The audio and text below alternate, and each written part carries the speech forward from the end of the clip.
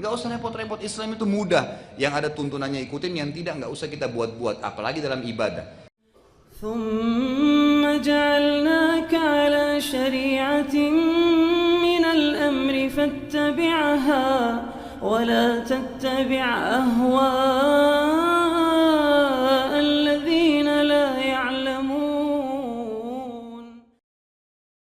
Kedua ini yang bagusnya tentang bagaimana seandainya kalau ada teman-teman kita dari kaum muslimin masih mengajak kita berbuat syirik, berbuat bid'ah, baik itu minta-minta di kuburan gitu kan, atau berbuat perbuatan-perbuatan yang tidak pernah Nabi SAW contohkan walaupun dalam mata dia ibadah. Seperti contoh, banyak di antara kaum muslimin kalau ada orang meninggal buat tahlilan misalnya, atau ada orang yang mau pindah rumah baca berzanji gitu kan, atau apa saja. Sekarang saya sudah sering bahasakan dan saya lagi tulis tulisan, mudah-mudahan Allah mudahkan, insya Allah terbit. Itu judulnya begini, Kiaiku dan Guruku Muhammad, bagaimana dengan kiai dan guru Anda? Ini tujuannya, saya ingin menyentuh para kaum muslimin di negara kita, tidak usah jauh-jauh, di Indonesia saja, bahwasanya sadarlah guru kita, kiai kita hanya satu orang.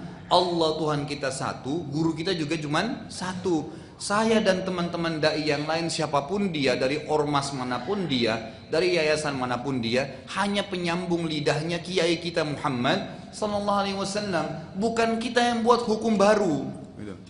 Apapun yang kiai kita Muhammad SAW ajarkan, yang benar-benar, yang salah-salah, selesai. Yang beliau contohin dikerjakan, yang beliau tidak contohin jangan dikerjakan. Kenapa? Karena kalau Anda mau mengerjakan apa yang Nabi SAW tidak perintahkan, tidak contohkan, seakan-akan Anda sedang berkata, wahai Muhammad SAW, Anda tidak tahu, kayak saya lebih tahu. Seakan-akan bilang begitu kan. Nabi gak pernah buat maulid, gak apa-apa, itu kan baik loh. Nabimu gak pernah buat gitu loh. Kiai kita nggak pernah buat, kok kamu buat? Oh ini cuman baik, nggak bisa. Kalau Anda muslim yang benar, harus baik di mata kita apa yang Nabi kita dan kiai kita bilang baik. Apakah Nabi SAW bisa meninggal dunia atau akan meninggal dunia sementara beliau tidak kerjakan maulid? Enggak. Kalau memang itu baik pasti dikerjakan.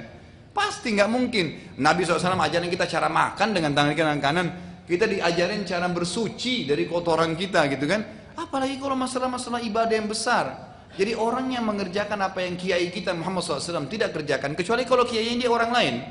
Seperti di Indonesia banyak kiai-kiai gitu kan. Mereka buat hukum sendiri, kiai ini ada hukum sendiri, ini kiai itu beda. Silakan ikuti kiai-kiai Anda, tapi kalau saya tidak. Kiai saya adalah Muhammad SAW. Dan siapapun yang bersyahadat jemaah sekalian, mau dimanapun dia, mau dia di benua Amerika, di benua Afrika, di Asia, di Australia, di mana saja. Di kampung manapun terkecil di muka bumi ini, selama dia syahadat, harus gurunya cuma satu. Tuhannya satu, Muhammad SAW, gurunya juga Tuhannya Allah SWT, gurunya Muhammad SAW. Kita punya standarisasi hukum, nggak boleh nggak itu. Baik, kita titipkan coba pesan nasihat kepada teman-teman kita ini, semoga Allah SWT bisa menyentuh hati mereka. Kalau kita tanya, saudaraku, wahai ukhti dan akhi, kayak Anda melakukan tahlilan, apa tahlilan? Itu adalah zikir kepada Allah SWT. Baik, saya ingin tanya, pernahkah Anda bisa datangkan kepada kami riwayat bahwasanya susunan tahlilan yang Anda susun itu pernah Nabi SAW sebutkan? Susunannya seperti yang Anda buat itu. Kalau cuma zikirnya afdal zikir la ilaha illallah, iya itu hadis Nabi, kan gitu, la ilaha illallahnya. Baik, sekarang begini, kalau Anda ingin berzikir, saya selalu sarankan di pengajian saya, jangan pernah berzikir kalau kecuali sudah tanya bagaimana Nabi kita Muhammad SAW berzikir. Caranya, jumlahnya, waktunya, bagaimana itu semua harus. Sholat, jangan pernah sholat kecuali Nabi kita Muhammad SAW sholat seperti apa. Puasa, haji, zakat, supaya benar. Karena Allah tidak akan terima. Kata Allah SWT, Qul in kuntum tuhibbunallaha fattabi'uni yuhibbukumullah. Kalau kalian mengaku mencintai Allah, tahu Tuhan kalian Allah, ngaku dia sebagai Tuhan satu-satunya, ikutilah aku, kata Nabi SAW. Ini Allah yang suruh. Maka Allah akan cintai kalian dan akan mengampuni dosa-dosa kalian, gitu kan? Kalau enggak maka akan salah, akan keliru. Sekarang semua substansial ibadah, saya pernah berikan gambaran. Ini Tuhan kita Allah lingkarin, Allah Tuhan kita. Yang menyembah Allah kafir, yang mempartisipasikan Allah dengan makhluknya syirik, enggak boleh. Untuk berhubungan dengan Allah zat yang kita sembah satu-satunya yang menciptakan semua ini, itu cuma ada satu cara, enggak ada yang lain. Di bawahnya Allah ibadah. Ibadah ini dengan segala substansialnya, sholat, puasa, zakat, haji, takziah, ziarah kubur, berzikir, apa saja, bakti dengan orang tua, semuanya harus seperti yang Allah mau, bukan yang Anda mau. Nggak bisa. Kalau seperti yang kita mau masing-masing itu pasti akan nyimpang. Harus nyembah yang Allah mau. Kita kerja di satu perusahaan harus ikutin pimpinan perusahaan yang punya, nggak bisa mau kita sebagai pegawai. Kalau sebagai pegawai kita maunya maka pimpinan perusahaan nggak usah ada, gitu kan? Tapi harus gitu. Kita sebagai orang anak di rumah ngikutin peraturan orang tua. Kita mengikuti peraturan orang tua. Nggak bisa kita yang harus mengatur orang tua kita. Dia yang punya rumah, dia orang tua kita yang melahirkan kita. Kita ngikutin peraturan dia. Kurang lebih seperti itu. Jadi ibadah harus seperti yang Allah mau. Bagaimana supaya seperti Allah mau? Harus ikuti buku pedomannya. Ada Al-Quran sudah diturunkan, ada Rasulnya alaihissalatu wassalam Muhammad sudah diutus, disuruh ciplak, suruh ikutin. Nabi SAW yang dipilih dari golongan manusia jemaah sekalian, agar mudah kita ikutin, gitu kan? Kalau Allah turunin utusannya, Nabi itu dari golongan malaikat, maka susah kita ngikutin. Karena mungkin postur tubuhnya beda, mungkin waktunya beda, mungkin makanannya beda. Tapi ini loh, Muhammad basyaran mithlukum, manusia seperti kalian, yuha ilai, yang diwahyukan kepadanya, gitu kan? Diwahyukan, beliau ngantuk, beliau capek, beliau tidur, beliau nikah, beliau lapar, kan gitu. Beliau dari bayi juga, bukan tiba-tiba besar, gitu kan? Sama, beliau meninggal, sama seperti kalian. Tinggal ikutin ciplak, cara makannya, cara tidurnya, berpakaiannya, ikutin semua. Kalau mau benar-benar beribadah kepada Allah. Dan ini Allah yang berfirman, bukan saya. Saudara-saudara sekalian, perhatikan firman Allah SWT yang sering kita dengarkan ayatnya. A'udzubillahi minasyaitonir rajim, laqad kana lakum fi rasulillahi uswatun hasanah. Ini sering dipotong sampai sini oleh para dai-dai kita nih. Enggak disambung ayatnya. Pada diri Rasulullah SAW ada suri tauladan. Sering teman-teman kita yang buat maulid baca ayat ini tapi sampai sini. Yang baca tahlilan baca sampai sini. Lanjutin ayatnya. Untuk siapa? Pada diri Rasulullah SAW tauladan, liman kana yarjullah. Siapa yang mau mengenal Allah, yang mau ibadah sama Allah, gitu? Liman kana yarjullah wal yaumal akhir, mau masuk surga nanti di akhirat, wa dzakarallaha katsira, dan ingin berzikir dengan Allah, zikir yang banyak. Di sini kata ulama, subhanallah, Allah SWT mengkhususkan dan zikir kepada Allah zikir yang banyak karena banyaknya penyimpangan justru di zikir. Tadi masalah berzanji, masalah tahlilan, masalah justru di zikir. Nah tidak ngikutin Rasulullah SAW, gimana caranya gitu? Kok bisa anda mengaku punya kiai lain, punya ustadz lain, sementara beliau sudah mengajarkan? Jadi kesimpulannya, kalau anda ingin ibadah apapun, mau pindah rumah, jangan usah baca berzanji, tanya, kalau pindah rumah Nabi punya tuntunan nggak? Gitu kan? Nggak usah repot-repot, Islam itu mudah. Yang ada tuntunannya ikutin, yang tidak nggak usah kita buat-buat, apalagi dalam ibadah. Siapa yang menghidupkan satu perbuatan bid'ah, dia telah mematikan satu perbuatan sunnah. Enggak akan pernah ketemu.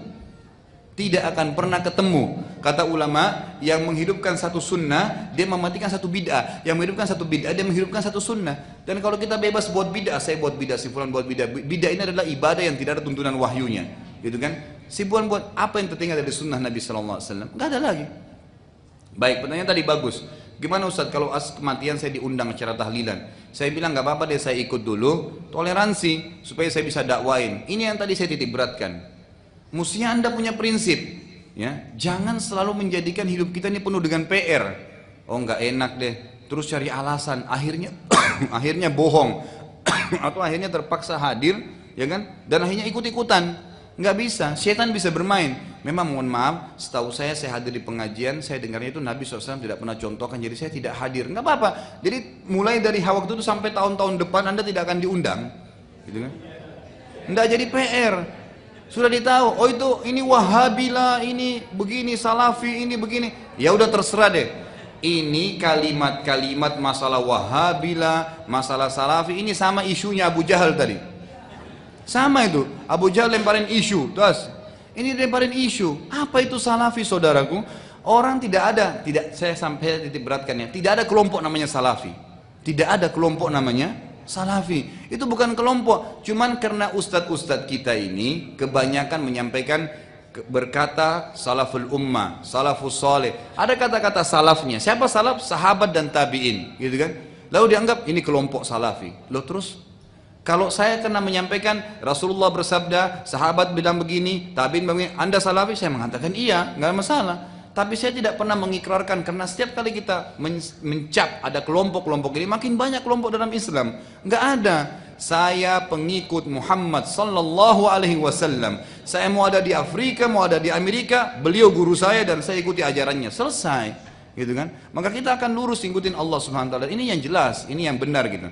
Jadi jangan toleransi dengan masalah hal yang salah. Yang gitu langsung di-cut pada saat itu, maaf saya nggak bisa, gitu kan? Karena memang itu tidak pernah Nabi SAW contohin. Oh kamu begini kerasnya, ya sudah. Itu yang saya ketahui. Dan kalau dia tetap ngotot, seperti yang saya katakan kaidahnya, wa idza khatabahumul jahiluna qalu salama. Kalau sudah dinasihatin nggak mau dengar, ya tinggalin aja, gitu kan?